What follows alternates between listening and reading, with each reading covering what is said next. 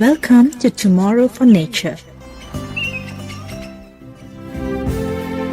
Today is the 5th of June, and according to the United Nations calendar, this date marks World Environment Day. Established in 1972 during the Stockholm Conference on the Human Environment, World Environment Day was declared to encourage global awareness and action toward environmental protection. Each year, different countries host the official celebrations, highlighting key environmental concerns and leading global campaigns. This year's theme is Inspired by Nature for Climate for Our Future. And joining us in the studio today to discuss how nature can guide us in facing climate change are two very special guests. We have Mrs. Vatsala Gunatilaka, lecturer in geography from the Department of Geography at the University of Kelaniya, whose areas of focus include environmental management, biodiversity and ecosystem management, and biogeography.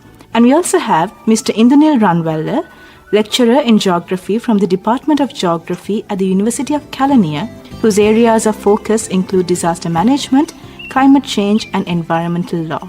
Mr. Indranil, I'd like to begin with you. This year's theme is Inspired by Nature for Climate for Our Future. In the context of disaster management, what environmental factors should Sri Lankans be paying closer attention to? Thank you so much for having us today and inviting us today to discuss about the Environment Day 2026. So as you mentioned, globally actually we celebrate the Environment Day each and every year. So this year also. Let me tell, there's a little story behind this Environment Day which is very impressive, and how actually we started to celebrate the Environment Day. So before proceeding the answer for the questions you asked. So actually environmental issues we faced even from the beginning, from 1970, 60, and even before that. But all of the voices which was arised from the globally, actually they were individually actually from different countries. One from Australia, one from India, one from China, one from Sri Lanka. By around like 1960, globally actually we identified, actually understood that environmental problems cannot be addressed individually as a country, because we all are interconnected and all are interdependent. So we as a country, we are a part of the global climate cycle.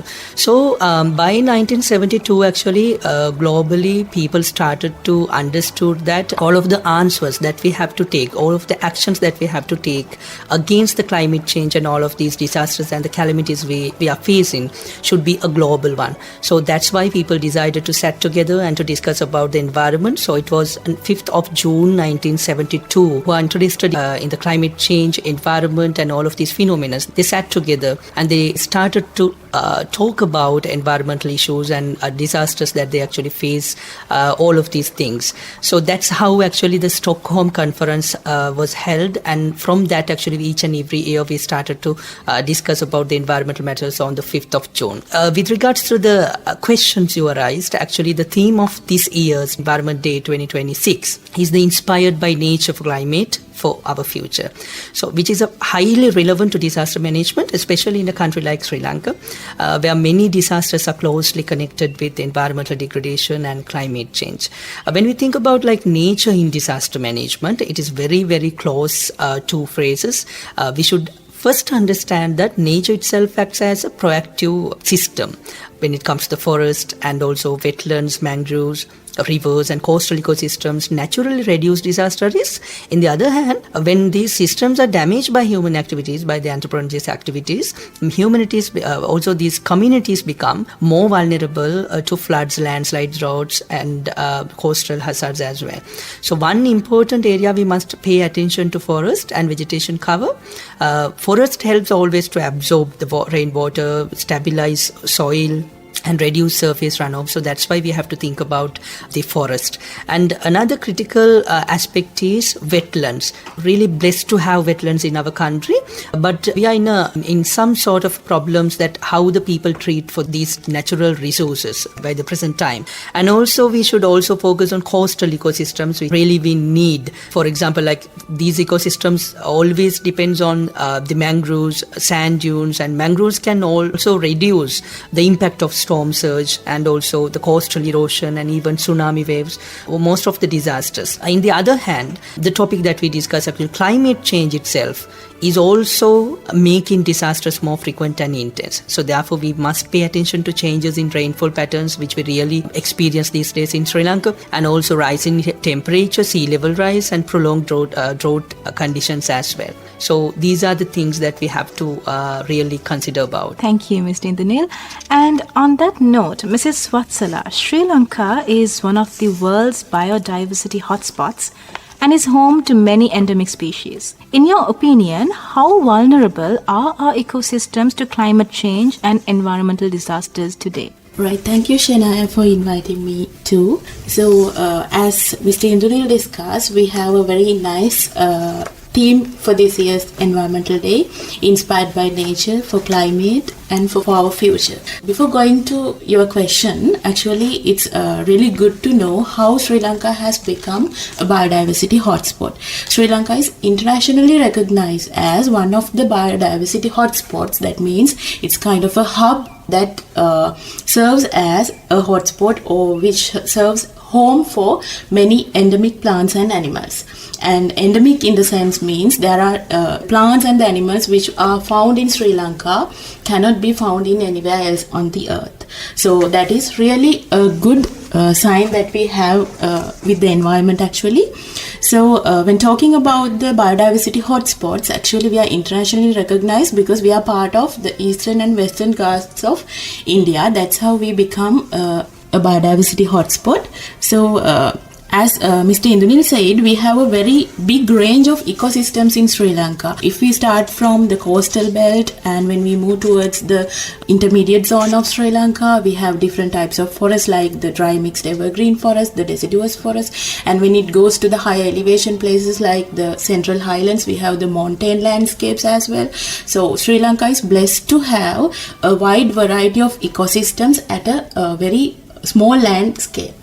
So when talking about the climate impacts, actually we are victimized from many of the vulnerable situations in the climatic conditions, especially with the sea level rise and mainly with the global temperature increase which we are currently facing. So we have different issues and those issues have sensitively affected on the ecosystems because our ecosystems are really sensitive with the climatic conditions, and with this climatic issues, most of the vulnerable ecosystems include coastal ecosystems and the tropical rainforest ecosystems we have, and also we have different types of animals which cannot be found in any places on the earth. So this kind of things are really vulnerable mainly due to the climatic changes.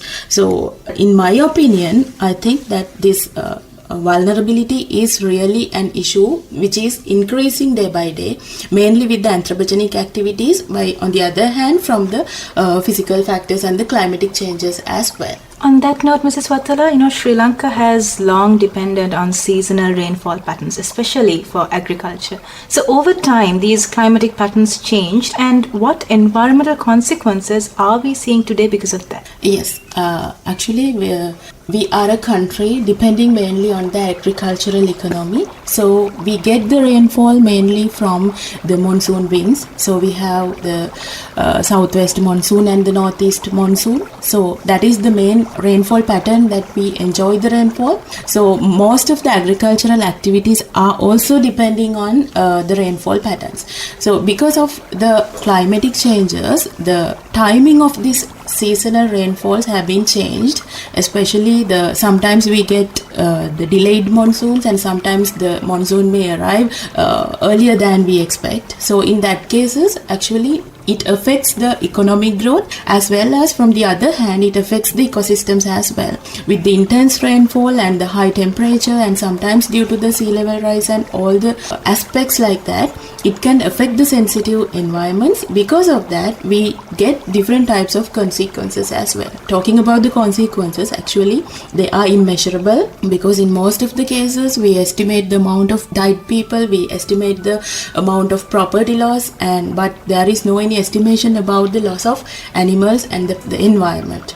So the consequences can mainly result in different phases, we lose the endemic animals and plants, and sometimes those endemic plants and animals are the main source of income for our country as well, because in tourism and in many other industries we have kind of a significant thing to show to the world, and we are internationally recognized hotspot in the world. So these consequences can badly affect the country as well as the environment. Mr. Indranil, we're moving the conversation forward with that. With these changing climatic patterns becoming more visible today, as Mrs. Vatsala pointed out, how have they affected disaster management efforts in Sri Lanka?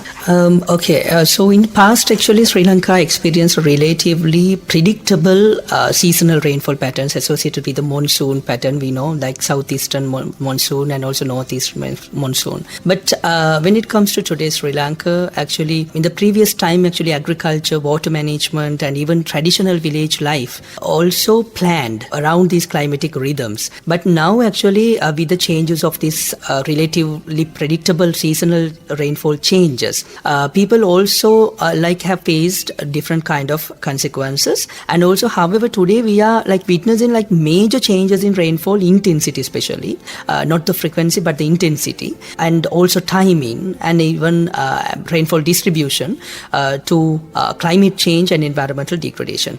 So these changes have significantly affected the responsibilities of disaster management authorities in Sri Lanka, even for the geographers like us, and even the people who are really care and also work for the environment. So one major challenge is the increase in rainfall intensity and unpredictable of disasters. So we know even end of the last year we faced the Ditwa. Even that was unexpected. Even though we had some red lights even from the beginning, but that was not a timely, something that we are having timely and each and every year. That was a cyclone which was unexpected, and also we didn't have time to prepare for that. Even though we had, actually, we didn't really, personally I don't believe that we took the sufficient actions to face that scenario as well. With that, actually, earlier floods and droughts were often seasonal and localized. So we knew that what we have to do and what time we have to take that actions and what kind of actions we have to take. But now, actually, extreme rainfall events and also flash floods and even landslides, prolonged droughts, and heat-related impacts we are usually experiencing now. All of these impacts and also coastal hazards are becoming more frequent and severe. We know that all of the people, each and every region in Sri Lanka, each and every day, actually, we are having some sort of environmental issues, and we are complaining we have rainfall, and we have a severe rainfall, extreme rainfall, and sometimes we have landslides and whatever it is. So this means disaster management authorities must now actually remain prepared each and every day throughout the year, rather than only during traditional disaster seasons. We had that practice in the beginning, but now we have to change. Even we heard that internationally actually announced that we are having a El Nino in the coming months. Actually, we are in a problem, and also we are in a situation that actually we are even didn't have that international notice spread among the general public. So, which means that we are not ready for that. Even we had that problem when we had the Ditwa cyclone. But even though the international has really put on the red light, we are not taking action. So disaster management officers, disaster management center, and all the authorities which are really working for the disaster management have to take immediate actions, and to give that, at least we have to choose what sort of actually agricultural methods we have to choose actually at this age to combat against that El Nino which is coming in the future. And another important change is growing need for early warning systems and scientific forecasting. We are in a lack of technology, we know, but still we have to think about disaster management like the pre-disaster management. In Sri Lanka, when it comes to like, while all the countries in the world, like most of the countries in the world working for the disaster risk management, disaster risk reduction, Sri Lanka is still working for the disaster management, the actions that we take after happening the disaster. But we have to think about the pre-disaster management part, which means the disaster risk reduction. We have a lot of ways and a lot of technologies and a lot of actions that we have to take, that we can take. But we are, I don't know why the local government, even one point I have to mention, we are still following the Disaster Management Act we enacted in 2005, back in 2005, immediately after the tsunami. Now 2026. 25 to 26. All environmental elements have been changed, but the act is still remaining and we are following that.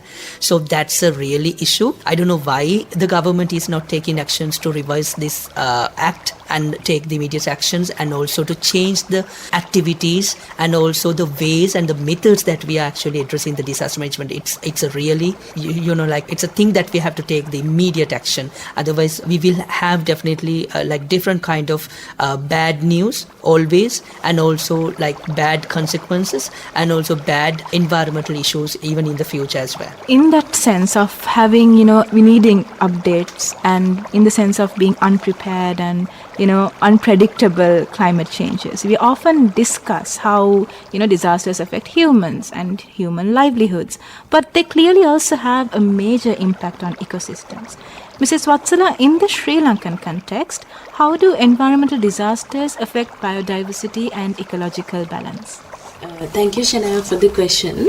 So, biodiversity, ecosystems, and ecological balance are some conceptual themes that we talk actually every day in our day-to-day lives. But when we talk about the concept behind these words, actually, biodiversity, ecosystems, and ecological balance are interconnected, because this ecological balance is always depending on the flora and fauna, or the living and non-living things, and the interconnection between the living and non-living things in the environment. So we identify the plants or the flora as the primary producers in the ecosystem. So that means they are the origin point of the food chain and the food web. So we know that environment is made out of biogeochemical cycles. We have food webs, the energy pyramids, the food chains, and everything. But everything is starting from a green plant. So from the disasters and from the environmental vulnerability hazards and also from the climate change, if the environment is affected, especially if the plants are affected, what will happen to the future food chains and the food webs?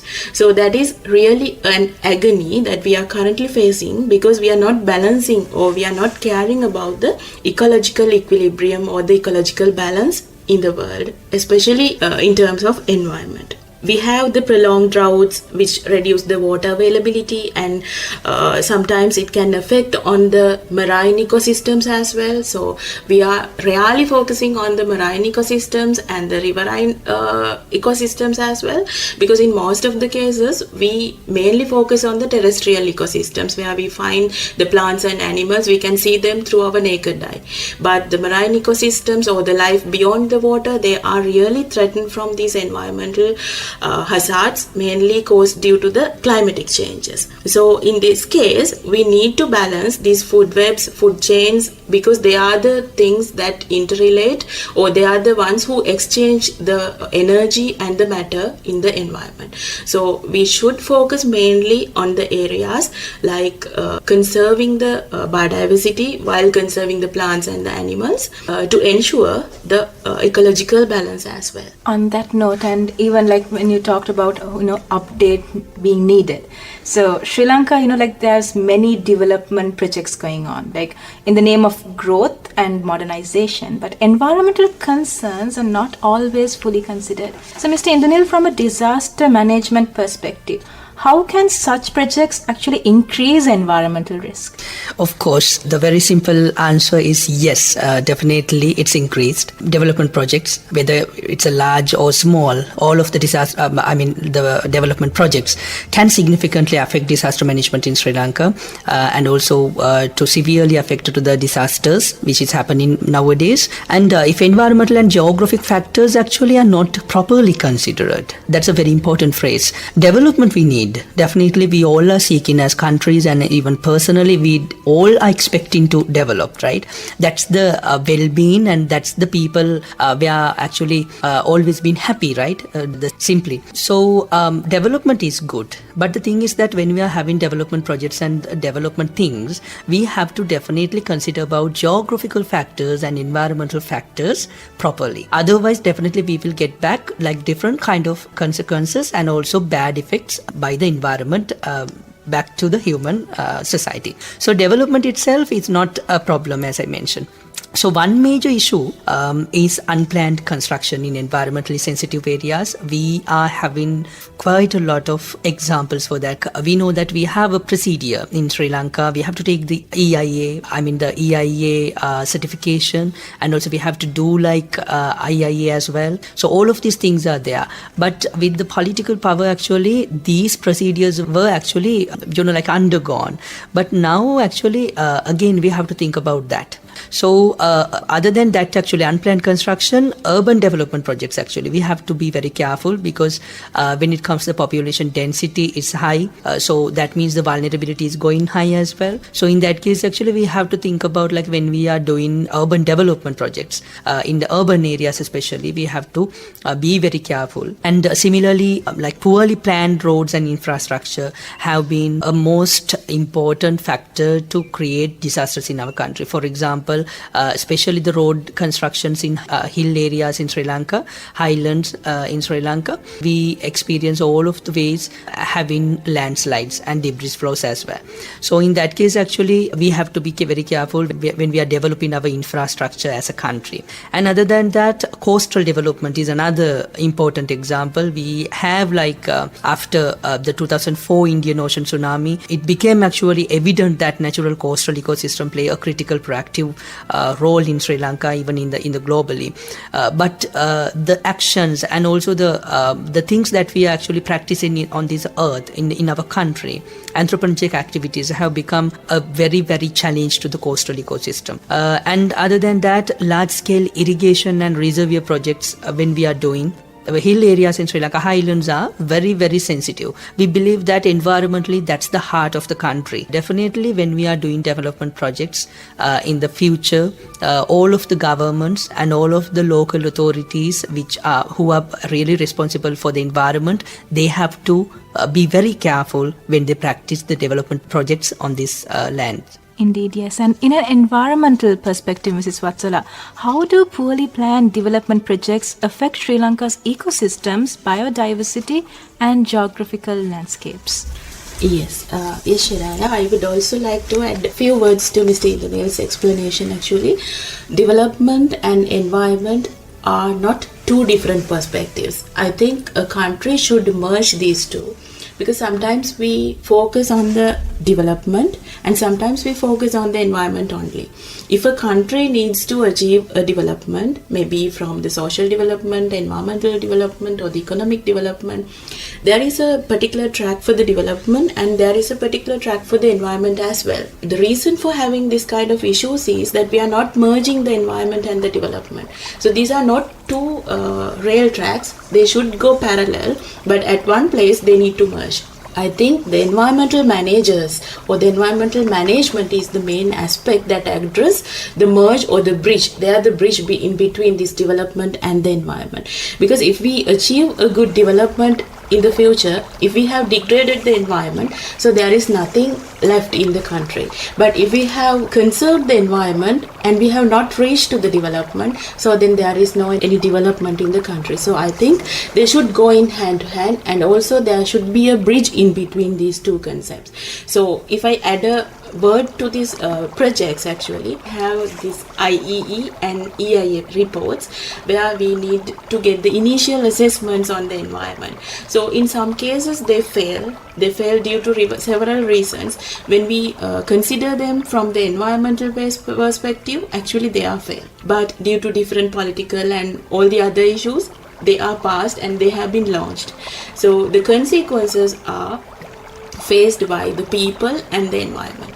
Anyway, the issues faced by the people will be addressed at least by the government, but who is going to address the problems faced by the environment? So I think this development and environment, those two concepts should go aligned and they should go parallelly. At one point we need to merge them to achieve environmentally sustainable development while conserving the environment as well. Yes. Thank you, Mrs. Vatsala. And as the pioneer radio broadcaster of Sri Lanka, we recognize the importance of public awareness when it comes to environmental conservation and disaster preparedness both. In that regard, Mr. Indranil, could you tell us how the public can contact the Disaster Management Center regarding disaster risks or environmentally harmful activities? Of course. Members of the public can definitely have different ways to contact the Disaster Management Center through several channels. So these include actually district level disaster management coordinating units and also emergency hotlines we have, and also local government institutions, a divisional secretariat, and increasingly through digital platforms as well we have developed as a country, and also social media communication channels. And also people can report to landslides and also blocked drainage systems, illegal land filling, and also unsafe construction activities, coastal erosion, flooding threats, or any environmental activity that may increase disaster vulnerability. So we know that when we had Ditwa, actually we had a very bad experience in general public, even though actually we didn't notice for 1-2 weeks back. But we actually noticed even 2-3 days before that we are having this severe extreme weather condition, and we will have this sort of flooding situations and all of these things. But the thing is that people are not taking really in consideration to these notices. So I would like to kind of request the people please believe the local authorities and also the meteorological department, the government departments like meteorological department, disaster management center, and also irrigation department, National Building and Research Institute. These organizations are really working to minimize, decrease the vulnerability which the people would face in the future as well. When it comes to the people side, actually the actions that they are taking and also their thinking pattern should be definitely reversed, because we are not in a country that we were lived in 1970 or 80 now.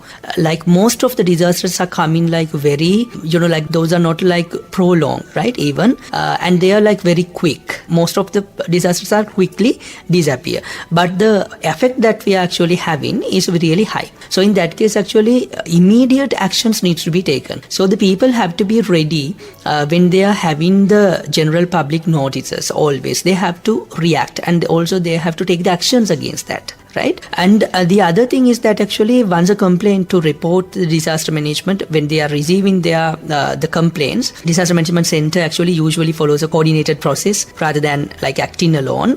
They have forces behind them, and also they have regional and village disaster management committees and all of these things. So they are taking the actions, right? And the other thing is that very bad thing that I really criticize actually, personally me as an academic, I think that we have to go for the court against this. I don't know how to say this, the telecommunication companies, all of these mobile services, they are saying that our connection is 100% accurate and it's secure, and also it's for the entire country and whatever it is, and we are paying for them. But when we are having that Ditwa, most of the people, they didn't have a way of communicating that they are actually in a vulnerable situation, and also they didn't have any way of asking for the support to evacuate them. So in that case, actually these telecommunication companies have a very major role when it comes to the disaster management. But in their side, actually I'm not really happy with the connections that they had, and also with the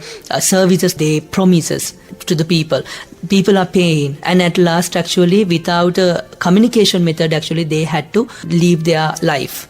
So in that case, actually we have to take actions about our telecommunication methods. As a government, actually government should take the actions, and also they have to question. The general public also have to questions about the promises actually they are giving using local television and also local radio programs, and they are telecasting their advertisement and promising that their connection is secured for 100% and each and everywhere in Sri Lanka, but they failed.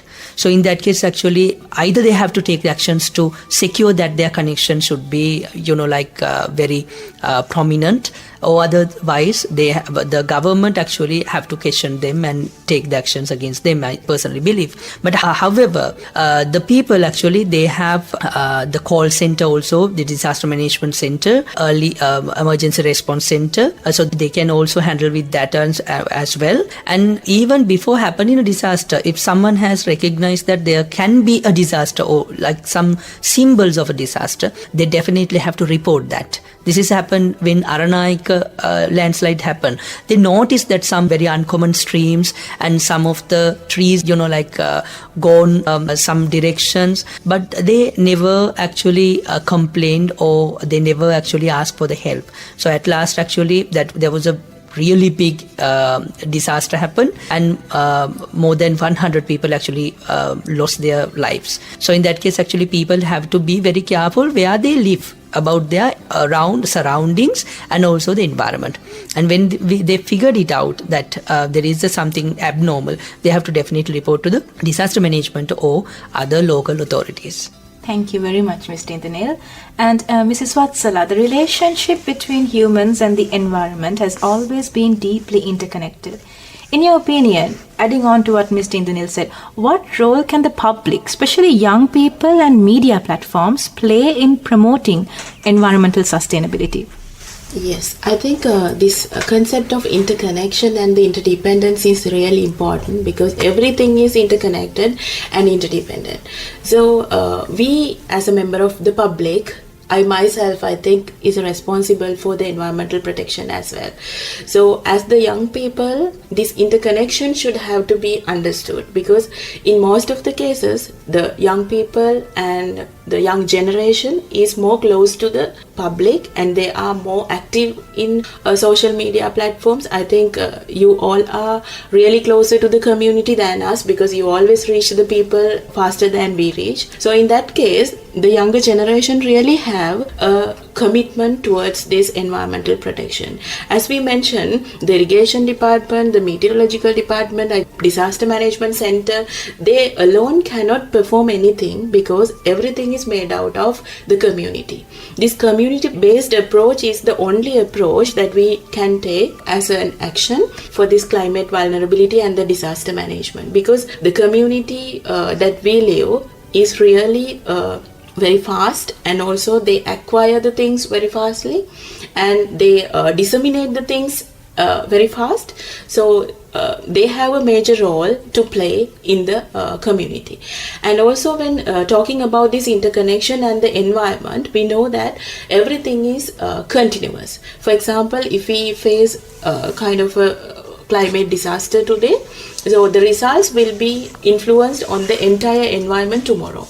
So this is a continuous chain where we cannot break at least one link in the chain, because if one link is broken, so the entire system will fall down. So we have to pay our attention towards the entire system when enforcing at least a law or kind of an action, especially in the disaster management. That is why we have a disaster management cycle. In the cycle, we have different steps. If one chain is fallen down, so the entire system is down. So for the younger generation, I would like to emphasize the fact that they are the ones, or they are the agents who carry out all these messages to the community, because they have a very huge community. They're the future leaders actually, who take decisions, who make policies, and who implement these policies. So I think the community-based approach based on the younger generation is the only way that we can protect our environment in a sustainable manner. And finally, for listeners who are interested in conservation and biodiversity protection, how can they become more informed or involved in these efforts within Sri Lanka? Yes, the policymakers or the governments or the people who are in the responsible seats, I think, sometimes they make the laws, they impose the laws, and they sometimes monitor the laws after imposing the laws. But the thing is that they do not manage. Sometimes the thing is that they do not involve in the management process. That's why I talked about the environmental managers. So even in the universities, we talk to the children or the students, we tell them once they become the environmental managers, once they become the disaster managers, they are the ones who impose the laws, they are the ones who prepare the laws for this sustainable development or maybe for the environmental conservation, but they don't have the ground level experience about these imposements. So when talking about the disasters, actually sometimes we have the causes of disaster, the consequences of disasters, but they are not aware about the things that we should do prior to the disaster and the things we should do after the disaster. So unawareness, as Mr. Indunil explained, the people see the signs of the pre-signs of the disasters, but they are not aware about the disaster. Might be they see a storm that is running through the village, but there is a coming storm. So the thing is that they are not aware because they have social media, they rely on the social media, but their knowledge is not that much acceptable in ground level. I think they should play a vital role, especially enforcing laws, when monitoring the laws and all the stuff. And also we have some glass cells, people are sitting in the glass cells and they make the decisions, but they are not monitoring properly in the ground level. Well, that brings us to the end of today's discussion on climate change, disaster management, biodiversity, and ecosystem conservation in commemoration of World Environment Day. A day that reminds us of the importance of protecting and preserving the environment that sustains all life. Sincerely thank you to our resource persons, Mrs. Vatsala Gunatilaka and Mr. Indunil Ranwalla from the Department of Geography at the University of Kelaniya for joining us in this insightful discussion today. And finally, thank you to our production coordinator, Ms. Samanmali Jayasinghe, and the production team, Mr. Manjula Mahesh, who recorded this program, and everyone behind the scenes who helped make today's program possible. I'm Shania Nugara. Thank you for listening and have a wonderful day ahead.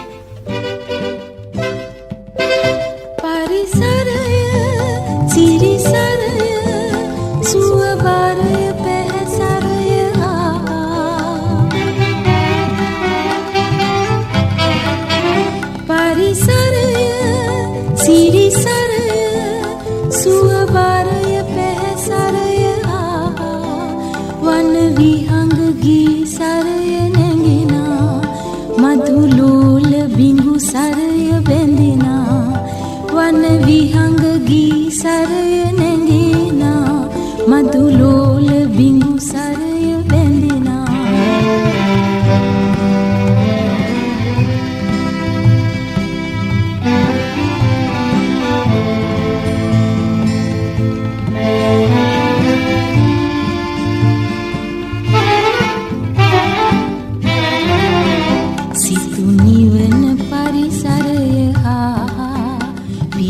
Sun siri saraya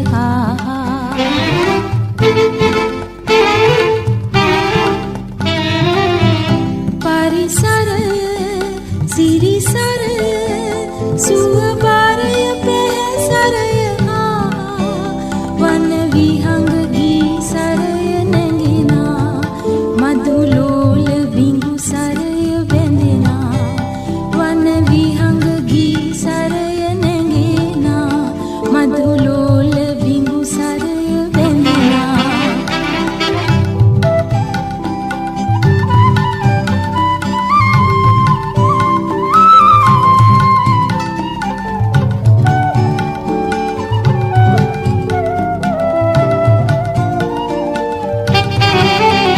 Tumbu gi jindun gi nanda esina mahana in mesiriya ginina.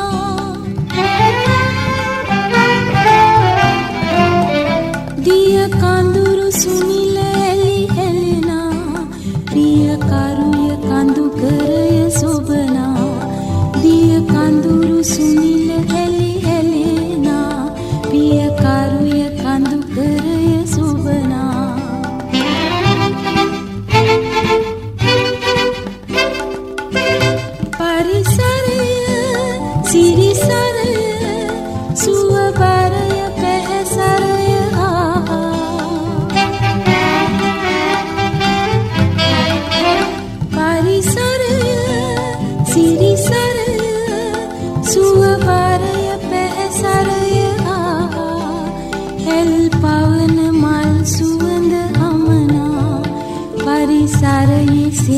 සෙනෙහසම ගෙනෙනා එල් පවන මල් සුවඳ හමනා පරිසරයේ සෙනෙහසම ගෙනෙනා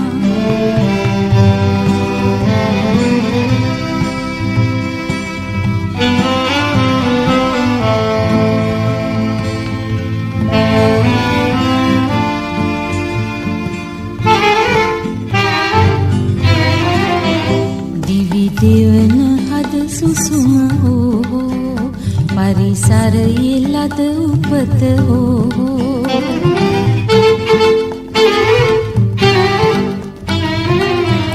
පරිසරය සිරිසරය සුවබාරය පේසරය L පවන මල් සුවඳ හමනා පරිසරයේ සෙනෙහසම ගෙනෙනා එල් පවනි මල් සුවඳ හමනා පරිසරයේ සෙනෙහසම ගෙනෙනා